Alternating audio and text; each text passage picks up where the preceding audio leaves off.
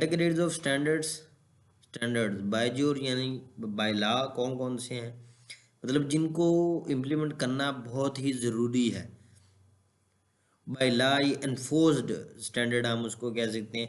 बस bye fact हैं, bye fact में आके दो कैटेगरीज हैं, प्रोप्राइटरी है और नॉन प्रोप्राइटरी है। प्रोप्राइटरी से मुराद ये है कि ऐसे स्टैंडर्ड्स हैं, बाय लॉ तो हमें नाम से ज़ाहिर है कि जो स्टैंडर्ड ऑर्गेनाइजेशन लाजमी तौर पर इम्प्लीमेंट करवाती है, जो एक नेशनल या इंटरनेशनल गवर्नमेंट ऑर्गेनाइजेशन एक स्ट्रक्चर प्रोवाइड करती है और उसके अकॉर्डिंग ही हमें बनाना पड़ता है, वो बाय लॉ है। ठीक है। उसके अलावा अगर कोई ऑर्गेनाइजेशन अपने तौर पे कुछ स्टैंडर्ड बनाती है कि सिर्फ अपनी ऑर्गेनाइजेशन में इम्प्लीमेंट करे, तो वो होगा प्रोप्राइटरी। ठीक है जी। बाई फैक्ट होगा और वो प्रोप्राइटरी होगा। बाई फैक्ट से मुराद ये है कि उस ऑर्गेनाइजेशन का फैक्ट है, उस ऑर्गेनाइजेशन की ये नीड है कि उसको वो स्टैंडर्ड चाहिए, तो वो प्रोप्राइटरी होगा। तो नॉन प्रोप्राइटरी वो होगा जो अवेलेबल होगा, ग्लोबली स्ट्रक्चर अवेलेबल होगा और उसको हम जो है कोई ऑर्गेनाइजेशन फॉलो कर ले या कोई इंडिविजुअल फॉलो कर ले या कोई नेशनल या इंटरनेशनल ऑर्गेनाइजेशन फॉलो कर ले, वो डिपेंड करता है कि वो जिसकी वो नीड होगी उसको वो कर ले। उसके बाद standard organization standard are developed mainly by three entities. तीन लोग उसमें इन्वॉल्व हो सकते हैं। स्टैंडर्ड कमेटीज इन्वॉल्व हो सकती हैं, फोरम्स इन्वॉल्व हो सकते हैं, रेगुलेटरी एजेंसीज हो सकती हैं। जो बाय लॉ स्टैंडर्ड्स होते हैं वो बेसिकली रेगुलेटरी एजेंसीज के थ्रू डिफाइन या डेवलप किए जाते हैं। और स्टैंडर्ड कमेटीज और फॉरम बेसिकली ये डिस्कशन फोरम्स हम कह सकते हैं कि जहाँ पे हम अपना एक स्टैंडर्ड या अपना एक डिज़ाइन जो है वो प्रपोज करते हैं और डिफरेंट पर्सन जो हैं वो जैसे उस पर कमेंट करते हैं कि जनाब ये डिज़ाइन जो है इसमें ये कमी है, ये चीज़ें हैं, तो वो आहिस्ता आहिस्ता जो है वो मैच्योर हो जाता है, वो हमारा जो है वो स्टैंडर्ड जो है वो ग्लोबली यूज़ होना शुरू हो जाता है। इसकी बेस्ट एग्जांपल आप इस तरह से देख सकते हो कि आपका एक आपने एक नई चीज़ डेवलप की है, तो वो आपने प्रूव करना है कि आपने वो चीज़ जो है वो डेवलप की है वो बहुत अच्छी है। उसको प्रूव करने के लिए लोग उसको इस्तेमाल करेंगे तो आपकी चीज़ जो है वो अच्छी साबित होगी। तो हम क्या करेंगे, उस चीज़ को यूज़ करने के लिए, उस टेक्निक को यूज़ करने के लिए ग्लोबली पब्लिश कर देंगे कि जनाब ये मेरी चीज़ है, इसको आप यूज़ करें।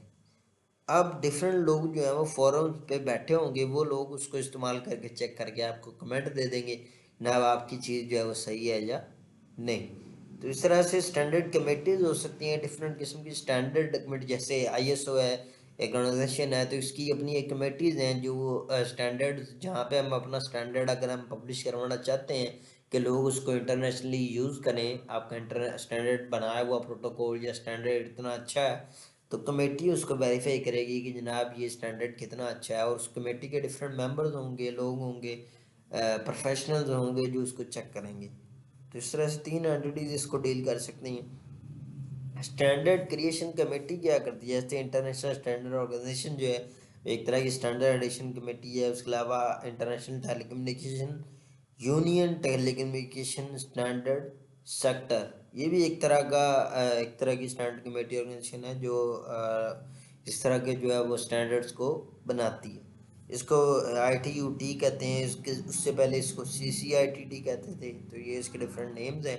स्टैंडर्ड क्रिएशन कमेटी में ANSI है, अमेरिकन नेशनल स्टैंडर्ड इंस्टीट्यूट, उसके अलावा institute of electrical and electronics engineers है। ये डिफरेंट स्टैंडर्ड क्रिएशन कमेटीज़ हैं। वह फोरम्स हैं, फ्रेम रिले फोरम है, ATM फोरम है, इंटरनेट सोसाइटी है, इंटरनेट इंजीनियरिंग टास्क फोर्स है जिसने TCP/IP सूट बनाया था।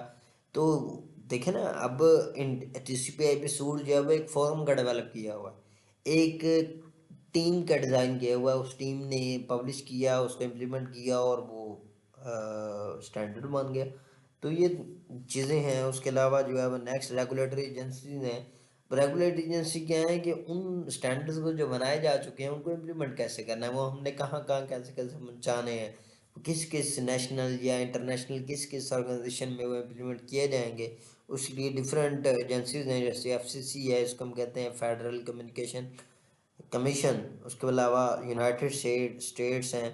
तो इस तरह से डिफरेंट ऑर्गेनाइजेशन हैं जो उस स्टैंडर्ड को डिफरेंट ऑर्गेनाइजेशन में इम्प्लीमेंट करने के लिए इस्तेमाल होती हैं। Thank you ji.